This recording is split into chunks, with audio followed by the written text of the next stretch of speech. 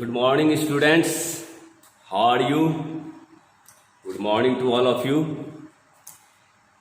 चलिए, previous lecture में मैंने आपको धातु कर्म मेटलर्जी से जितने भी रिलेटेड प्रोसेस थे उनके बारे में डिस्कस कर चुका हूँ। जितनी भी प्रक्रिया था धातु के निष्कर्षण से संबंधित, जितनी भी प्रक्रिया था मैंने आपको टोटल डिटेल से बता दिया।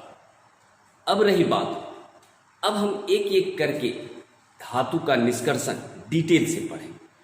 और आपको याद हो कि एग्जाम में प्राय 5 नंबर का क्वेश्चन दीर्घ उत्तरीय लॉन्ग आंसर टाइप में एक निष्कर्षण अवश्य पूछा जाता है, चाहे वो जिंक का हो, चाहे वो एल्युमिनियम का हो, चाहे आयरन का हो। एक निष्कर्षण जो है वो कंफर्म है कि 5 नंबर में आपको पूछा ही जाएगा। तो थोड़ा गौर से देखिएगा और डिटेल से आपको लिखना है। दीर्घ उत्तरीय प्रश्न का मतलब हुआ कि थोड़ा डिटेल से आपको लिखना है प्रोसेस के बारे में। तो चलिए, आपको पता ही है कि 4 धातु का हमको निष्कर्षण पढ़ना है। वो है आपका कौन कौन? Zinc, aluminium, copper, iron. यानी ये 4 अगर निष्कर्षण आप कमांड रखते हैं तो समझ लीजिए कि 5 नंबर आपका श्योर है। तो कहने का मतलब है एक एक करके आज हम डिटेल से पढ़ेंगे। प्रोसेस तो आपको ऑलरेडी आपको पता ही है, टोटल डिस्कस कर चुके हैं। तो चलिए, आज हम बढ़ते हैं सबसे पहला निष्कर्षण की तरफ। वो है आपका निष्कर्षण ऑफ जिंक। छोटा भी है और खत्म भी जल्दी हो जाएगा। तो चलिए आगे बढ़ते हैं। Extraction of zinc.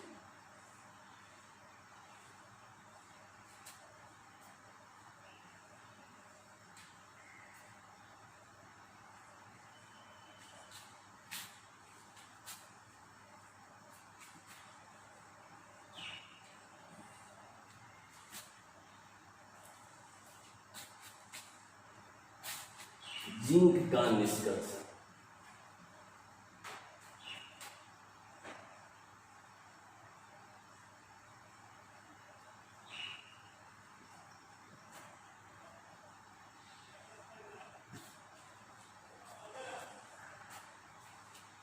सही है। तो चलिए चलते हैं, हम बढ़ते हैं जिंक के निष्कर्षण की ओर। तो कभी भी कोई निष्कर्षण यदि 5 नंबर में आपको पूछ दिया जाए तो सबसे पहला काम रहेगा आपको उसके ओर्स का पहले नाम लिखना है। मुख्य अयस्क, कभी कभी ऐसा पूछा जाता है कि जिंक का मुख्य अयस्क जिससे जिंक का निष्कर्षण किया जाता है। तो जिंक ब्लेंड है, आपको लिखाए हैं पहले हम आपको। तो सबसे पहला काम रहेगा आपको ओर्स का नाम लिखना।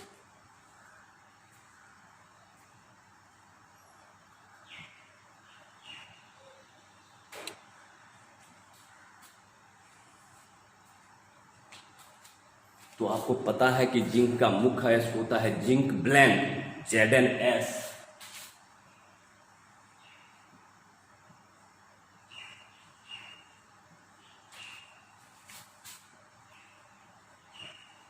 ये आपका मुख्य अयस्क।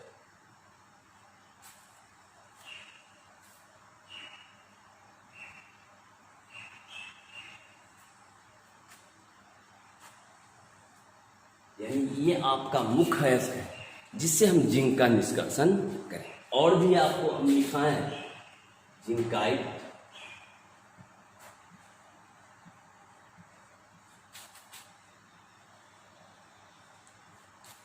कालामीन,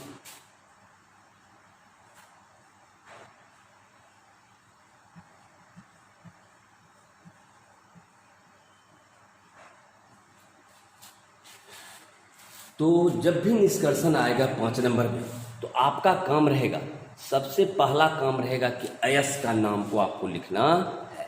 और जो मुख्य अयस्क होगा उसका नाम को आपको लिखना है, ठीक है। और जो मुख्य अयस्क है उसको जरा घेर देना। चलिए, ये तो था कि आपने अयस्क का चयन कर लिया तो किससे हमको धातु का निष्कर्षण करना। क्लियर। अब रही बात कि अयस्क में जो भी अशुद्धियां हैं, गंदगी है, उसे हम दूर करें। और हम आपको बतलाए थे, यहाँ देखिए जिंक ब्लेंड में ZnS है, सल्फर है। इसका मतलब मैंने आपको बतलाया था जिसमें भी सल्फर हो, जिस भी अयस्क में सल्फर हो उसका सांद्रण फैन उत्प्लवन विधि द्वारा किया जाता है, फ्रॉथ फ्लोटेशन प्रोसेस द्वारा किया जाता है। तो चलिए दूसरा हम डालते हैं, कंसंट्रेशन ऑफ ओट्स, अयस्क का सांद्रण।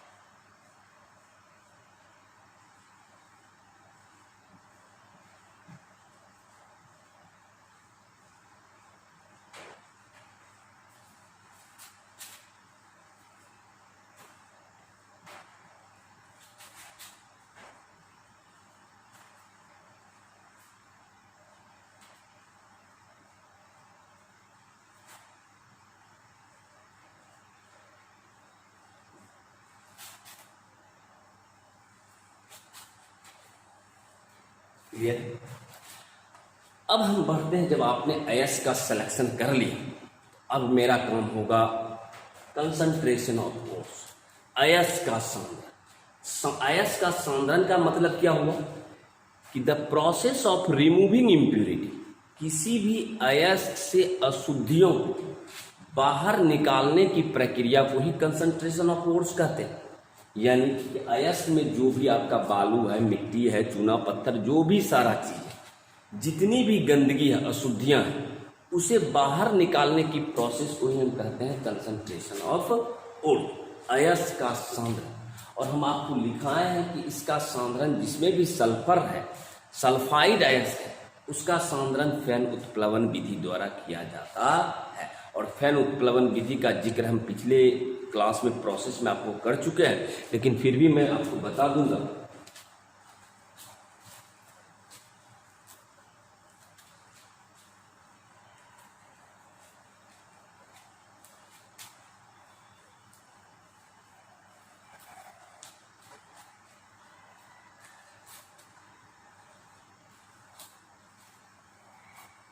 तो यहां आपका है कि अयस्क का सांद्रण, तो आप यहां लिखिएगा the process of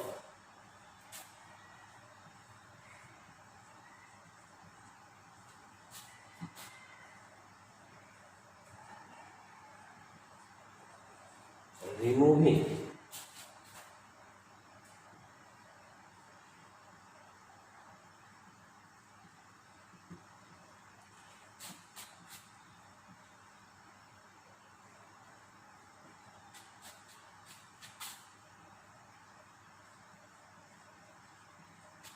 known as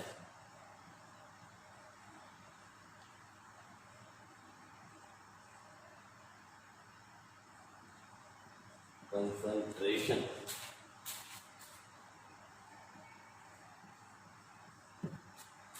यानी किसी भी वह प्रक्रिया जिसमें किसी अयस्क से अशुद्धियों को बाहर निकालने की प्रक्रिया को ही हम कंसंट्रेशन ऑफ ओट्स कहते हैं। क्लियर।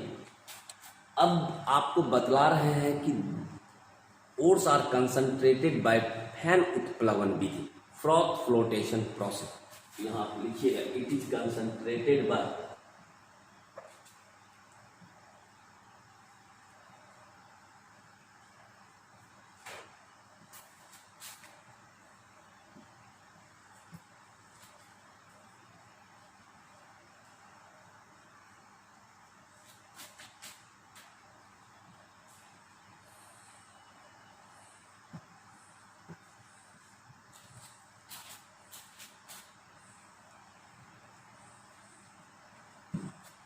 क्लियर।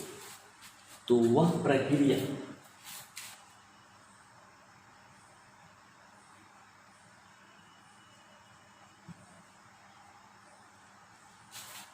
जिसमें किसी अयस्क से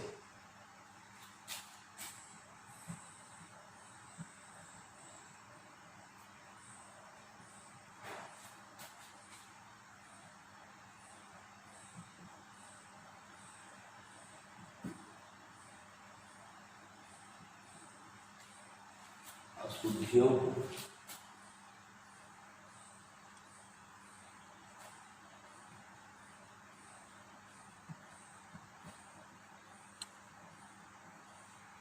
उसे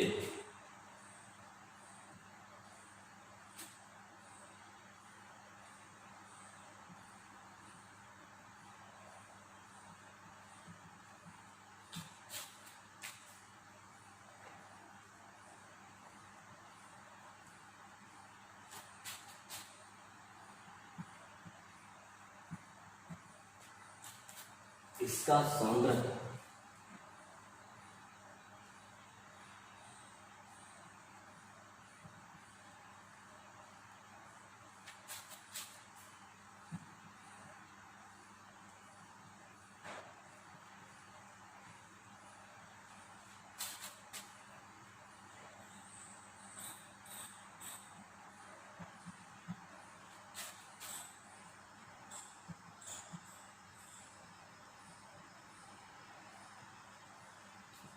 क्लियर। तो इसका सांद्रण फैन उत्प्लवन विधि द्वारा किया जाता है। जिसमें भी सल्फाइड अयस्क है तो सल्फाइड अयस्क का सांद्रण फैन उत्प्लवन विधि द्वारा। इस तरह से आप एग्जामिनेशन में एकदम सिलसिलेवार ढंग से सिस्टमैटिक ढंग से लिखिए, ठीक है। और यहाँ एक डायग्राम जो आपको बतलाए हैं उस डायग्राम को दिखा दीजिएगा इस तरह से।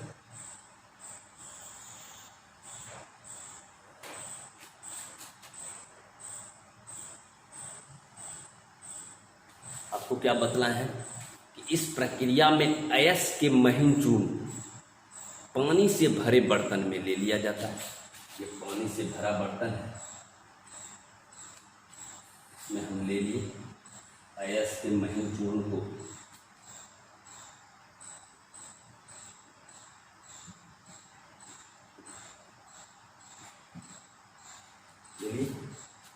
यानी एक बड़ा सा कंटेनर में पानी से भरे बर्तन में हम ले लिए अयस्क को महीन चूड़ के इस पानी में ले लिए। क्या क्या हम डालें इसमें? ओट्स प्लस वाटर, और आपको बतलाए थे कुछ इसमें पाइन ऑयल डाल देते हैं या तारपीन का तेल डाल देते हैं। उससे क्या होगा कि झाग ज़्यादा बनेगा। तो इसमें some amount of pine oil डाल दी और इसमें हम हवा का प्रवाह अंदर भेज।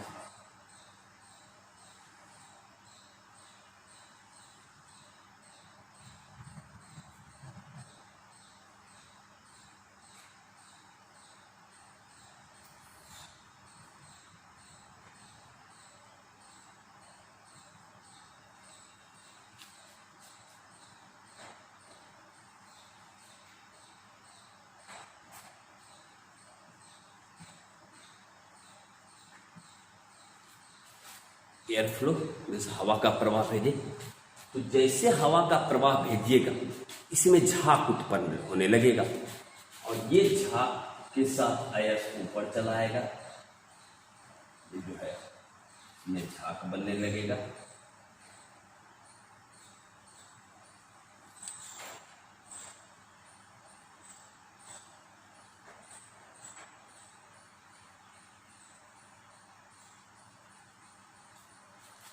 तो हवा का प्रवाह जैसे आप दीजिएगा अंदर, ये झाग जो है झाग के साथ अयस्क जो है वो ऊपर चलाएगा और हम क्या करेंगे उस झाग को निकाल कर धूप में सुखा देंगे। झाग का जो फैन है वो आपका खत्म हो जाएगा और इस प्रकार से शुद्ध अयस्क आपको प्राप्त हो जाएगा। इसमें आपका अयस्क का जो भी छोटा छोटा कण है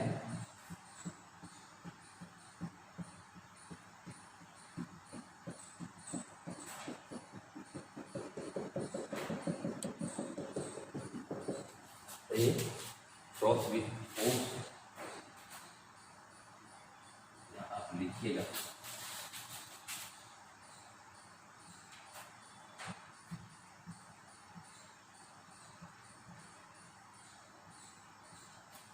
झाग के साथ अयस्क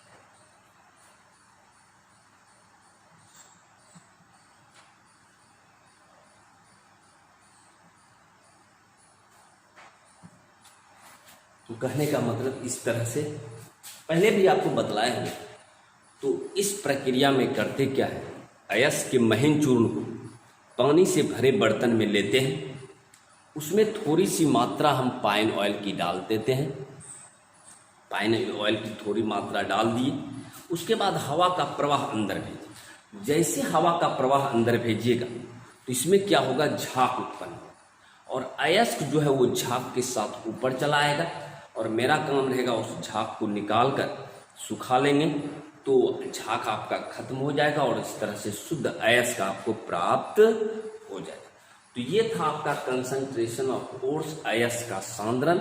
मीन्स किसी भी अयस्क से गंदगी को दूर करने की प्रक्रिया को ही हम अयस्क का सांद्रण कहते हैं, और इसका सांद्रण हम फैन उत्प्लवन विधि द्वारा किया जाता है। जैसा कि डायग्राम, एग्जाम में आप डायग्राम भी बना दीजिएगा, ज़्यादा अच्छा। तो चलिए, जब हम अयस्क का सांद्रण कर लिए, अब मेरा काम होगा इसका रोस्टिंग करना, जारन या भर्जन, तीसरी प्रक्रिया।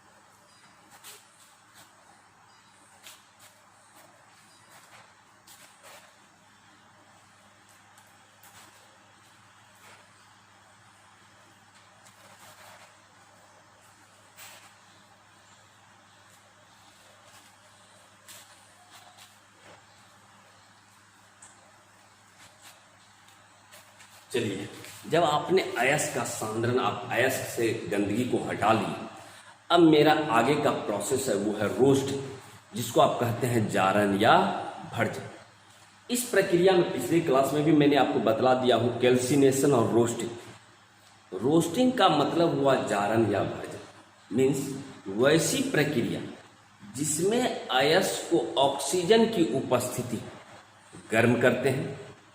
गर्म करने से इनमें जो मौजूद नमी तथा उड़नशील अशुद्धियां हैं वह दूर हो जाती है तथा अयस्क अपने ऑक्साइड्स में परिवर्तित हो जाता है। इसी प्रक्रिया को हम कहते हैं जारन या भर्जन। तो आप ऑलरेडी लिखे हुए हैं पिछले क्लास में, लेकिन चूंकि जब आपका डिटेल से आएगा दीर्घ उत्तरीय में, तो आपको इसको परिभाषा भी डिटेल से लिखना पड़ेगा। तो आप लिख सकते हैं the process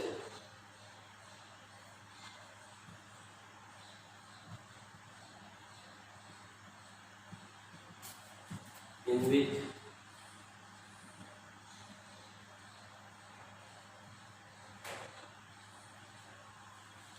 ores are heated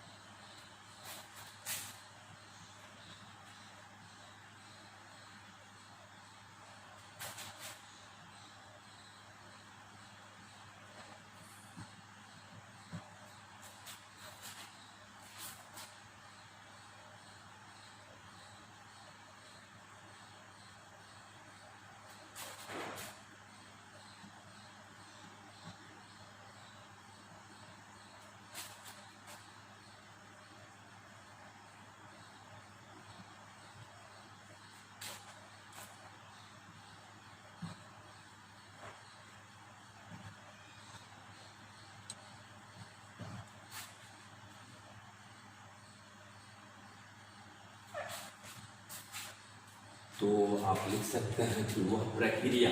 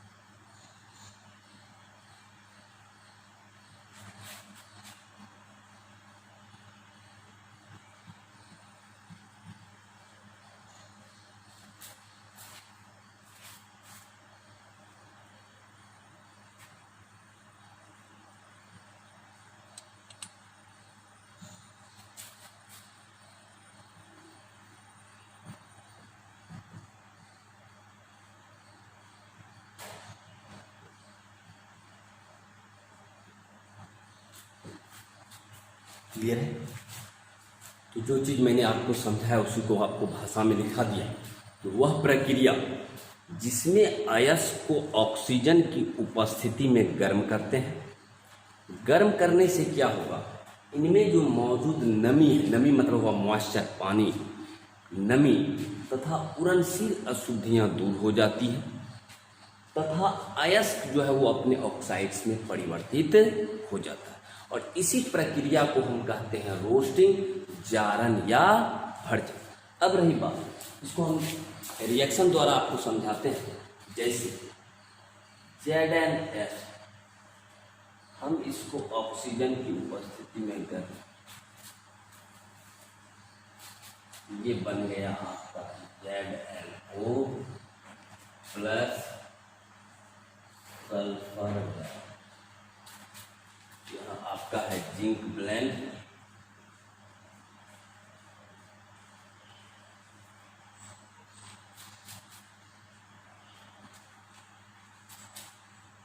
oxygen, zinc oxide,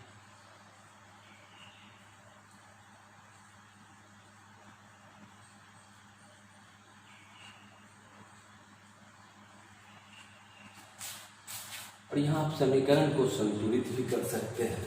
जैसे तो यहाँ आप दे दीजिएगा 2ZnO, 3 दूनी 6 है 2। इस तरह से समीकरण आपका संतुलित हो गया 2Zn।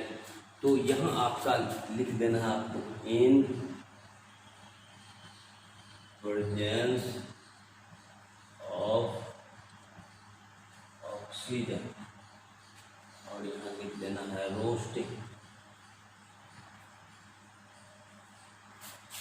तो कॉन्सेप्ट आपका क्लियर हो गया होगा। तो वैसी प्रक्रिया जिसमें हम अयस्क को ऑक्सीजन की उपस्थिति में गर्म करते हैं, जिससे इनमें मौजूद नमी तथा उड़नशील अशुद्धियाँ दूर हो जाती है तथा अयस्क अपने ऑक्साइड्स में परिवर्तित हो जाता है। क्लियर? चलिए उतार लीजिए इसको जरा सा, रिएक्शन को भी।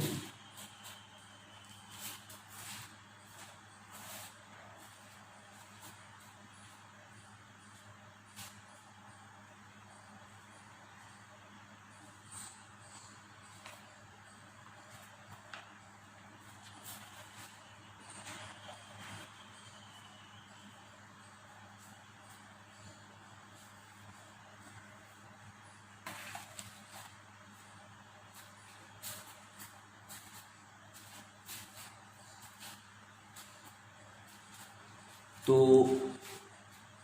ये था आपका जिंक का निष्कर्षण। अभी पूरा नहीं हुआ है, अभी थोड़ा बाकी है। अभी तो मैंने जिंक के निष्कर्षण में सिर्फ आपको बतलाया हूँ ओर्स का नाम, दूसरा बतलाया हूँ कंसंट्रेशन ऑफ ओर्स मीन्स अयस्क का सांद्रण, किस विधि द्वारा अयस्क का सांद्रण करेंगे। तीसरा हम आपको बतलाए जब सांद्रण कर दीजिएगा तो रोस्टिंग, रोस्टिंग का मतलब हुआ जारन या भड़जन। तो कहने का मतलब हुआ इस तरह से 3 प्रक्रिया के बारे में बता दें। अभी पूरा कंप्लीट नहीं हुआ है, तो इसको, इस चीज़ को जो छूटा हुआ है इसको हम नेक्स्ट आपका लेक्चर में इस चीज़ को मैं आपको क्लियर कर दूंगा और ये जिंक का निष्कर्षण आपका खत्म हो जाएगा। 2 और बच रहा है इसमें, एक बच रहा है आपका रिडक्शन अवकरण और दूसरा इलेक्ट्रोलाइसिस मेथड। तो कल आपका जिंक का निष्कर्षण वो खत्म हो जाएगा। तो चलिए आज के लिए इतना ही। गर्मी भी कुछ ज़्यादा पड़ रही है, हम भी परेशान हो रहे हैं। तो कहने का मतलब आगे हम पढ़ेंगे, कल आपका जिंक का निष्कर्षण वो खत्म हो जाएगा। तो 2 प्रोसेस बच रहा है, उसको हम क्लियर करेंगे। चलिए आज की मुलाकात यहीं तक।